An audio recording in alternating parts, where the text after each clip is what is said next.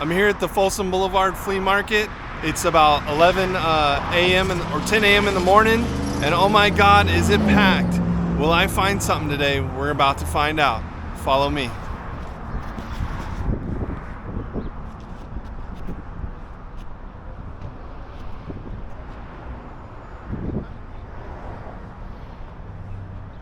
Well, if you remember in the last video I was here, it was a Pineapple Express coming. There was no people here. The vendors were opening up really late. Oh my God, what a difference today. It is packed. There's people everywhere. There's vendors everywhere. The sun is shining. What a great day. Super happy I came out and saw it in a better state. Man, what a difference. So sometimes don't judge a place just by going in one time. You're going to have to hit it probably 10 times before you can really form a good, valid opinion on a location. Because sellers might not be there that day. Other circumstances like, I think this is Super Bowl weekend. There could be another air show, event in town. In our town in Sacramento, there's a rotating antique swap meet that happens. I think it's one of the Sundays of the month. So on that Sunday, it could draw a crowd away from any of the venues. Morning. Good morning. How you doing? All handmade planters. They look great. All plants. Some people have said, "Oh, the plant's fake." I'm like, no, they're real. Are they called succulents or? They are. They're sedum stone crop, which is a succulent variety. Awesome. So they're drought tolerant, of course. Yeah, they're beautiful. What is it made out of? Epoxy resin. Cool. Yeah. So I hand decorate them, hand pour them, and then I have a greenhouse. I grow the plants myself. Oh man. Yeah. Well, maybe the people who view my channel will come and buy these up. Do you come here often? This is our first time actually. Okay. But I can give you my contact info if you think somebody might be, interested. I don't have very many people that follow my channel yet, so probably not. But if you were a regular, I'll be like. Well, we'll see how it goes. Hey, if somebody contacts me, today, right? I'll tell you. Might be a regular. Yeah. And if you sell somewhere else, I'm sure I'll see you. Okay. So I'm a regular in the area. So. Nice. Have a good day. Good luck today. Thank you. I appreciate that. I hope you like when I leave some of the audio on for some of the local vendors when we do get to chatting. As long as there's no music playing in the background and they welcome the video, I will leave the audio in. Let me know if you guys like that or not. I definitely appreciate highlighting people. Definitely come out and support these local sellers, especially the ones crafting their own stuff too. I mean, that is great. Some of these people are repeat. I saw them the last time, same stuff, just different spot. That's okay. Like that's their business model. It's just not going to be something that I can do business with. A lot of them are at eBay price, which is fine.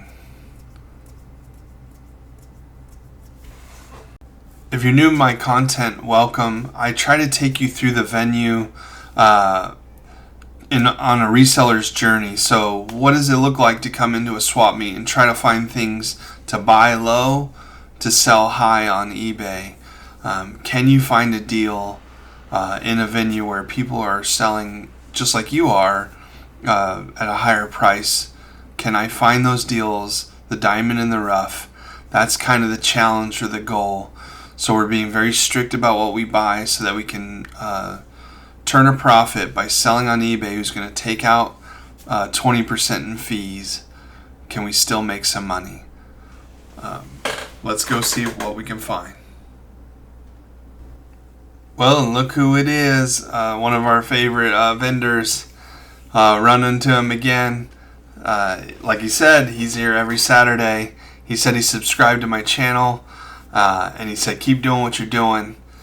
But I also said, if I'm doing appropriately, when the locals are watching, maybe I can get more customers to come out to his shop. So if you get out to the Folsom Blvd Flea Market and you go to his shop and you shop with him, say you came from Unearthed Treasures, you saw my video, and you wanted to give him business. He'll give you great prices because he's definitely into rotating his stock. So definitely come out and support him, and let's see if we can wipe him out of all his inventory. So when I find him one time, he's sitting there with a clean table and just a smile on his face from a little local action on a video.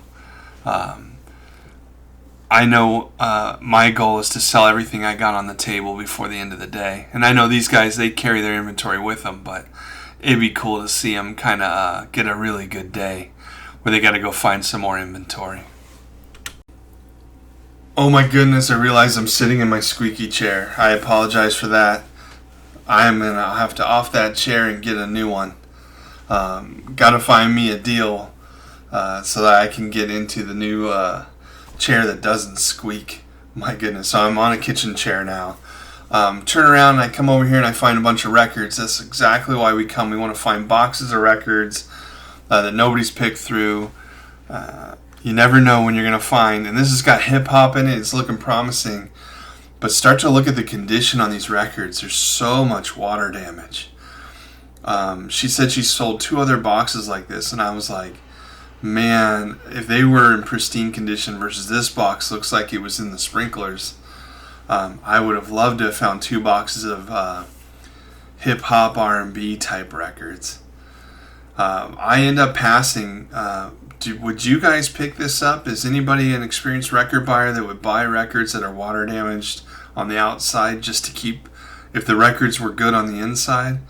Would you take that record without the cover? I passed it up because I'm being really picky about my store. But look where I found the same vendor who said he was going to bring more of those local hip-hop rap CDs new in the package right back here. These things sell between $20 to $50, and I'm getting them $4 a piece again. I spent $40, zeroed out my money again right at his shop. What a deal. Definitely glad I came back by, because I went to Denios swap meet this morning. I come here, and then after this I go to, I believe, 3 thrift stores before I go home. So that's kind of my morning before about 1 o'clock. I started at 8 a.m. and I went to 1 o'clock. But that's the life of a reseller. You got to get out and you got to source and find that inventory. Now these are all duplicates of stuff I already listed except for 1 CD. So I didn't it doesn't help me right now, but if they all sell $30 a pop, that's a good flip. It's just going to take a minute. Because gangster rap's desirable, but there's just not a lot of people buying it right now. Another tip, if you're new to places like this, find the vendors off the beaten path that not everybody's going by. There's some vendors on this side, outside bays. They're coming out of like storage units, and they just keep pulling things out after pulling things out. There might be something behind there way deep that nobody's seen in years. And they ask you right when you come by, what are you looking for? If you say the right keyword that they have something, they can pull it right out for you. So don't be afraid to ask what you're looking for. You never know what they're going to pull out of a storage area. But that's not, I didn't want to spend a lot of time here. I'm trying to stick and move. My main purpose was to come back and get those CDs from that one vendor, but now I'm trying to see if there's any other new vendors that I didn't shop with the last time and see what they got. Because I'm trying to find the dollar vendor. Where's the guy selling things that I love for $1?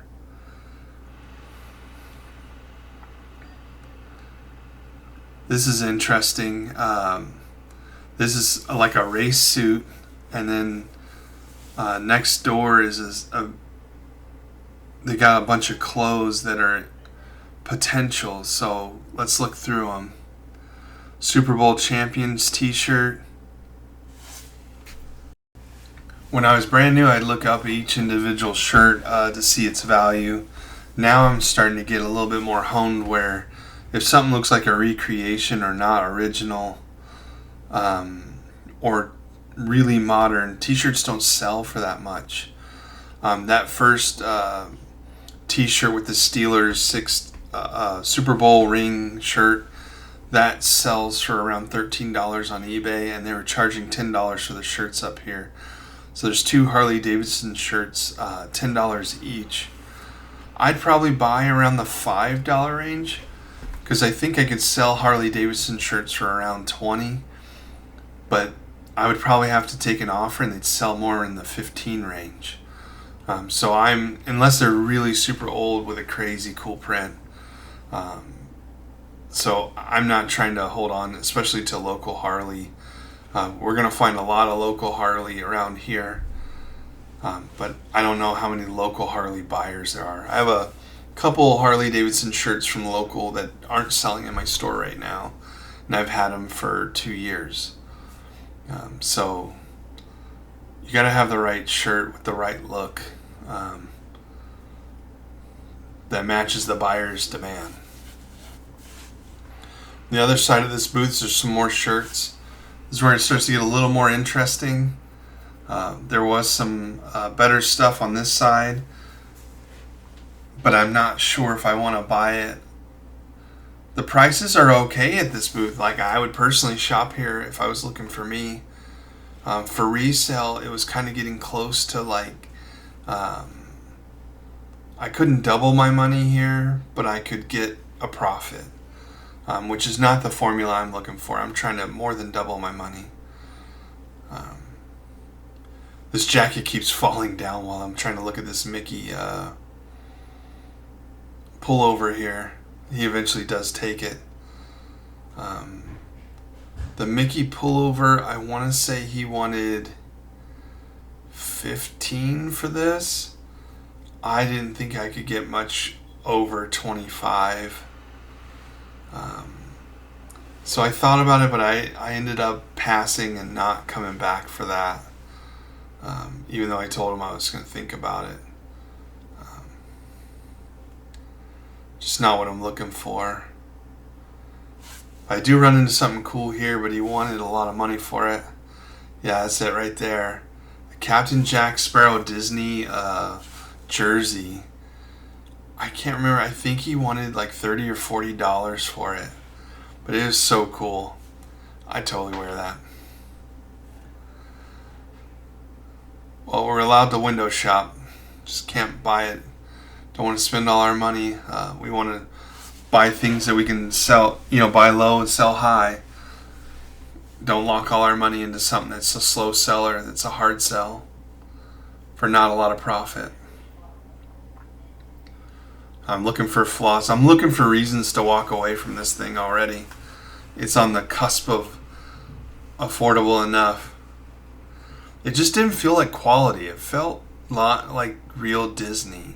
It was a very thin material hoodie for Disney. And you got to be very careful at places like this. There's a lot of knockoffs being sold. And so I don't want to turn around and sell a knockoff in my eBay store. That would crush it. You can only sell so many knockoffs on eBay before they cancel your account. And I don't want to be one of those guys. He went hats are $5, so I'm looking to see if there's a Stellar hat in here. Not really finding anything, but for $5, it's worth a look. Oh, maybe next time. Oh, look, it's some Blurays. Is this a waste of time looking through these? Not if you can find this Airheads for $200. Or this Breaking Away limited edition. I think they made only 3,000 racing movie. Another Jericho Miles special edition. These all can be looked up online on eBay. Reverse what's sold. Dogma special edition. There's so much demand for this stuff. Just go to what's sold. Factor in or put your parameters around $80 to $200 and look at the single Blu-rays that sell for that, and then go find them in the wild.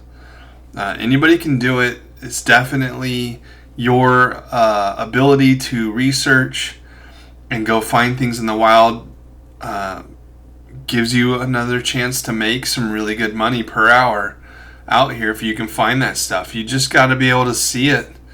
memorize it, and then capitalize. But it'll never happen if you don't do any of the research. And this reselling game is not for the lazy. You have to be working hard. You got to do tons of research and keep building on your knowledge. And those things, they get started at $200, and then they can change. And then next thing you know, they're worth $5-10 again, $3. Once the demand's gone, then it's over.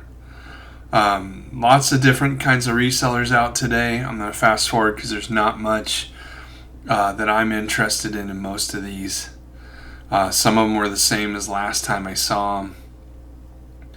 A lot of repeat sellers here. Probably going to get the same deal as I did last week. Here's the area where I found a CD last week. He's got a lot more stuff. He seems to get a lot more product and put them on the tables. I'd probably start here in the future when I come and try to get things here before others do. I like digging in the piles, trying to find cool stuff. If you made it this far, I appreciate you. Please don't forget to subscribe, hit the like button. It helps me grow my channel. It also helps me know that you like this kind of content. Let me know how far you want me to go from the home base of Sacramento. If you want to see all kinds of different places and get out in the kind of far reaches, or even go to the big cities. I think Oakland, Alameda's got stuff. Stockton's got stuff. I could go to LA. We could have a lot of fun traveling around doing this. Let me know if that interests you. Say it in the comments. If you know a good one, tell me where. I'm driving from Sacramento, so I obviously got to be able to do it in a day trip. Or I have to double up the purpose of why I'm going. I found some cassettes here. You never know. They were really in bad condition. He had cassettes in this bag. He didn't even bother to take them out. But they were really dirty. Not something you really want to mess with. Cassettes are already aging out. You don't want ones that are dirty. They're not going to play. The customer's not going to be happy. I was hoping to find that feather down jacket that I saw last time over here. It was long gone, or the seller wasn't back. Checking over here, I see the shirt on the right. What is that? It's a HarleyDavidson shirt. By posting pictures of it, I'm pretty much telling you I've already bought it. The guy was in his car back there. He wanted $5 for it. I got it listed for $19.99. Probably sell it between $15 and $19.99 for $5. There are some better print Harley-Davidson shirts and more vintage. This is 2012. If you get the 90s and a really cool print Harley shirt, they can go for a lot higher than that. But a lot of the vendors know what they have, so you're not going to get a ton of money. A very low offer on a very cool shirt. I would pay upwards of $20 a shirt if they were the more rare Harley shirts. He also offered me that bag on the right. It was like, it said Harley on it, but it's definitely not legit. I'm on the backside of a building here, and there's a clothing rack. These are the kind of places that nobody bothers to walk and look. They're all in the main parts. You don't know what you're going to find unless you come back and look in the nooks and crannies of these places. I'm just hoping to find something that is worth my time and listable. And jeans always do good if you find the really good older jeans. People like baggy, it's coming back. They like quality. What is this? Do we have something here? It's kind of got a fancy pocket. These are Guess jeans. It definitely requires more investigation. I'm liking what I'm seeing so far. You never know what the pricing's going to be, but you won't know if you don't ask. So you got to go up and find out what the prices are on jeans. There's no way I'd probably pay $10 for that pair, just because I don't know much about Guess jeans and their sellability. And I can look it up and research it online. But sometimes I'm going for speed, so it's better just to ask the price, and if it's low enough, I'll just buy it. because I can always sell it at my booth at the swap meet. You can get about $10 for them, or 2 for $15, that kind of thing. So if I'm paying $1 to $3 a pair, it doesn't bother me.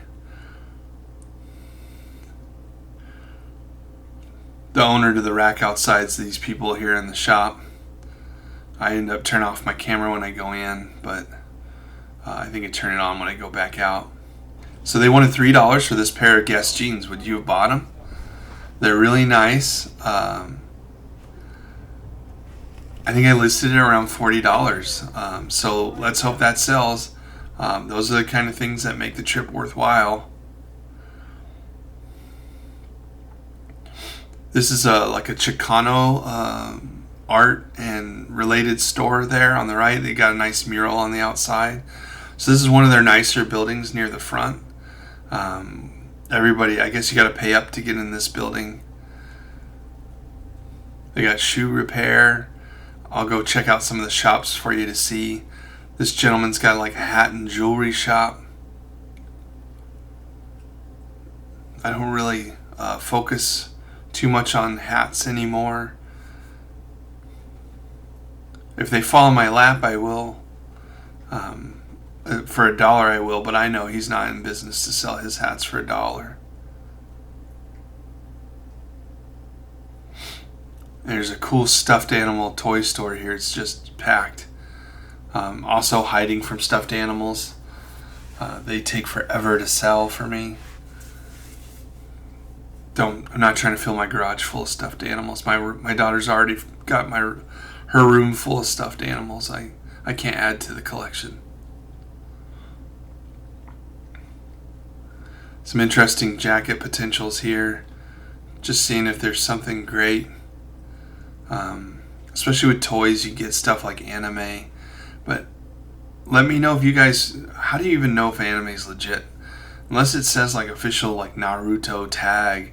A lot of the anime I see has no tags. They all look like knockoffs to me. And they probably are. But let me know if you know a surefire way to find out what's a knockoff or not a knockoff. We're about to head into this store. This guy's store is pretty cool.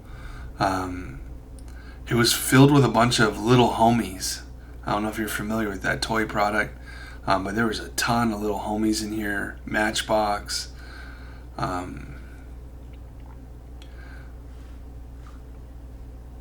We'll see as we go through the video what else he's got in here in the shop. Older stuff, Coca-Cola, Pyrex, antique things. Like 10 racing cars there on the bottom of the shelf.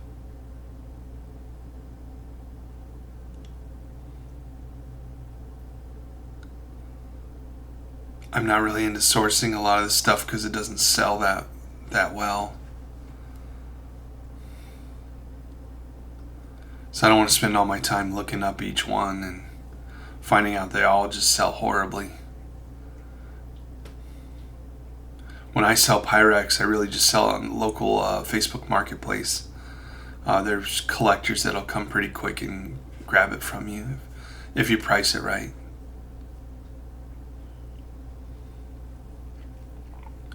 Cool little shop. On the way out, I noticed he's got CDs and he's got records over here on the little nooks. I check out his CDs. I didn't check out the records. I just imagined he was charging up for them, even if they were good.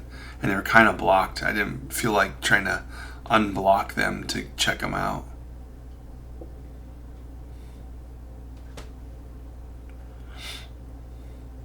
But these are cool little shops if you're in the area. Pop in and there's tons of stuff to look at.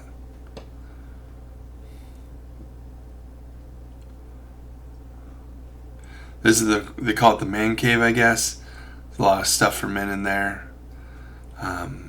Anything that's called man cave, I don't go in. I can just imagine it's already top price. So it's not worth my time to go in and find something that somebody's called a man cave item. I can find it in the wild for $1 or less. I like this lady's shop. It's an interesting shop. She's got a ton of different selection of things, and super nice lady. I'm always looking to buy something out of here because she's really cool.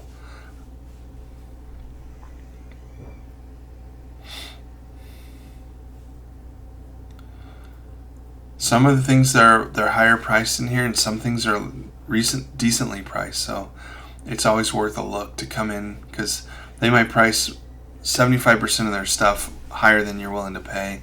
There might be 25% that's, priced decently. That's even at a reseller's price.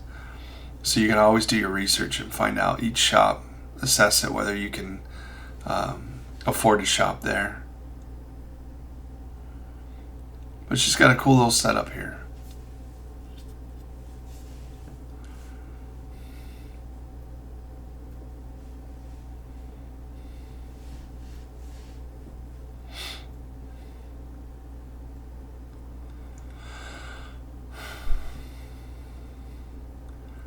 Cool little Lakers jersey there. Brand new with tags. I didn't find a price. I figured it was going to be too much for me, so I didn't even ask how much it was worth. $5 rack. You can't go wrong if you find something really cool on it. It's $5, so why not look?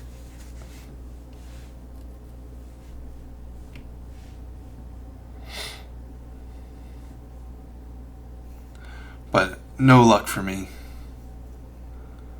Not what I'm looking for.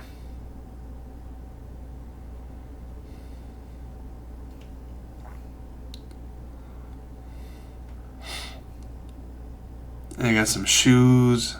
I see some jeans over here and they look interesting, so I want to start digging through them. Come to find out, they know their jeans. Some of these are made in the USA, Levi's, 501XX type jeans. They're priced around $20 a pair. Not bad. Some of the sizes are a little off. So I didn't buy any. But the better I get at selling these kind of vintagey jeans, I will know where to come source some more. So let's say I could flip those $20 jeans for $50. This would be a great source to come find and buy these to flip online. Just got to get confident with each different type of inventory type. Learn what the buyers are willing to pay and how long it takes to flip it.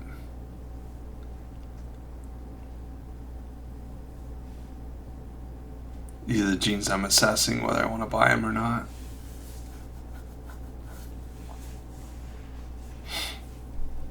And the ones next to them, they have this big line on the leg. I don't know what that's from, but I didn't want to get one with a line on the leg either. These ones had been modified.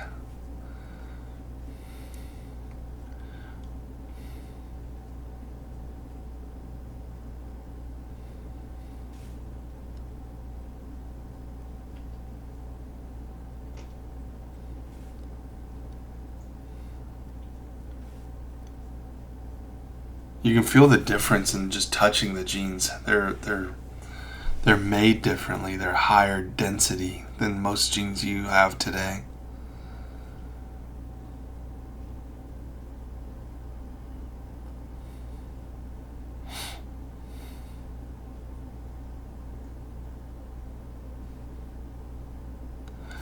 Yeah, no luck here. I think we're down to the last shop on this trip. This is my second time at Folsom Blvd Market. Really cool swap meet. Probably one of the better places in the area to come on a Saturday. I recommend shooting by here if you're looking for inventory. It was free to get in, free parking. At the Denials, you got to pay $5, and there's less vendors. There's probably just as many customers at Denials, but less vendors. She had all kinds of things in here, pretty cool. I want to show you one shirt that I got on the way out when my camera died, and then we'll end the video. I paid $15 for this shirt that I'm going to try to sell for $45. A super cool Grumpy shirt from Disney. That's the end of this video. Thanks for staying with me. always keep researching, keep grinding, have fun, and most importantly, be kind.